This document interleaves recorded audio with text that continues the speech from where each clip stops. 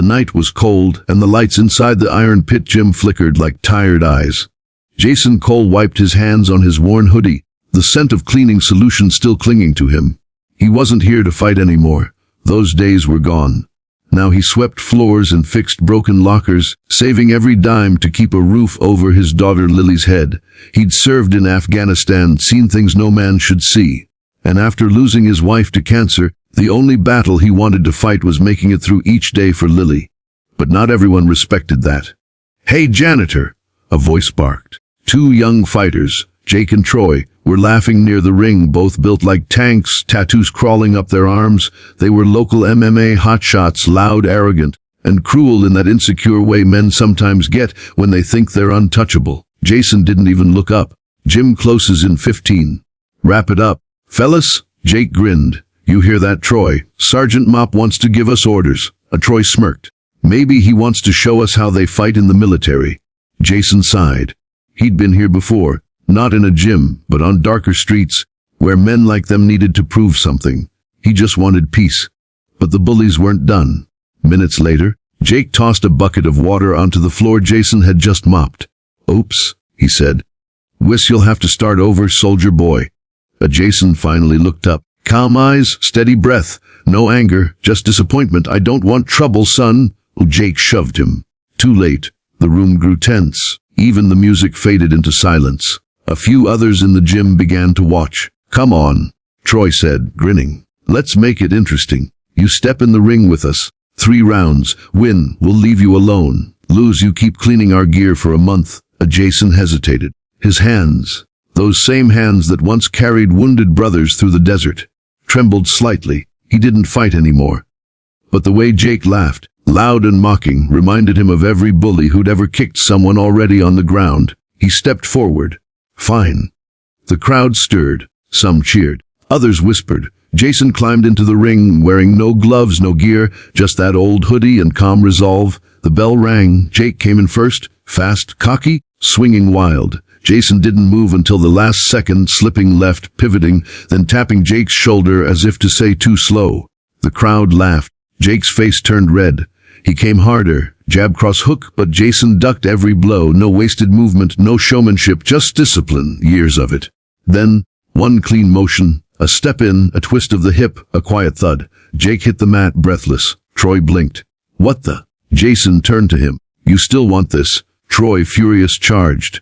Jason's eyes softened, not with fear, but pity. He sidestepped, caught Troy's arm, and gently flipped him onto his back. The sound echoed. Silence filled the gym. Jason stood there, not proud, not smug, just still.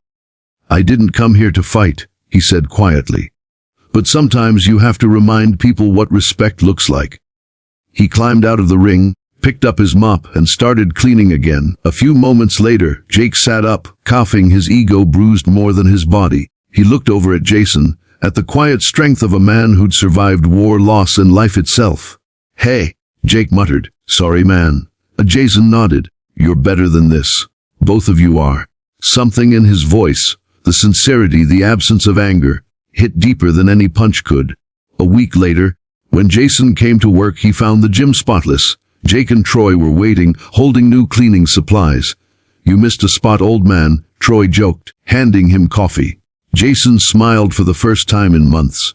From that day, they helped him fix equipment, trained under his quiet guidance, and even started visiting Lily, teaching her jump rope drills between her giggles. The bullies had become family. Sometimes, strength isn't about fighting back. It's about staying calm when others lose control. Jason had shown them that real warriors fight for others, not against them. And as he watched his daughter laugh with the 2 men who once mocked him, Jason realized something profound. Kindness, not violence, had won that night. Because real power is knowing you don't need to prove it. It was just another cold night in the small town of Fairview. The kind of night where the streetlights hum, and the world feels a little too heavy. Inside the Iron Pit gym, a man named Jason Cole was mopping the floors again. The sound of the mop sliding across the concrete echoed softly through the hall. Jason wasn't just another janitor. He was a father, a veteran, and a man who'd seen too much. After losing his wife to cancer, Jason's world had shrunk to 2 things: his daughter, Lily, and the promise he made to her. "Daddy's gonna be okay." But life had its own ways of testing that promise. Two loud voices cut through the hum of the gym. Jake and Troy, the local MMA bullies, were fooling around in the ring, bragging about their fights, flexing for their followers on livestream. "Yo, look at Sergeant Mop over there," Jake sneered. "Guy looks like he's about to fall asleep with that stick." Troy laughed. "Bet he used to bark orders before polishing floors." Jason didn't respond. He'd learned long ago that words only have power when you feed them. But when Jake kicked over the mop bucket, spilling water all over the area Jason had just cleaned, he simply sighed and said, "Gym closes in 15. Wrap it up, boys." Jake grinned. "You gonna make us, old man?" Jason looked up, calm, patient. "Not my job to make anyone do anything. Just trying to keep this place clean." But that calm only made them angrier. Bullies don't know how to handle peace. Troy smirked, stepping closer. "How about a little fun, huh? You and me, old-timer. Step in the ring." Jason shook his head. "I don't fight anymore."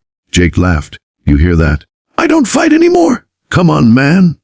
What happened to the soldier spirit? Jason froze for a moment. They didn't know. They couldn't know. The soldier spirit wasn't gone. It was just sleeping. And it took a lot for him to keep it that way. But then Jake shoved him, hard. The gym went silent. Everyone was watching. Jason straightened his hoodie, eyes steady, breathing calm. "If I do this," he said quietly, "we do it your way, 3 rounds. No cheap shots. No anger, just respect." Troy laughed. "Respect? You'll be lucky to walk out of here." Jason whispered under his breath, "Son, I've walked out of worse places than this." The bell rang. Jake charged like a storm, swinging wild, reckless, cocky. Jason barely moved. A slip here, a tilt there. Calm, smooth, like he'd already seen this dance before. Then one quick motion. Jason caught Jakey's wrist, turned, and gently guided his weight forward. Jake slammed into the mat.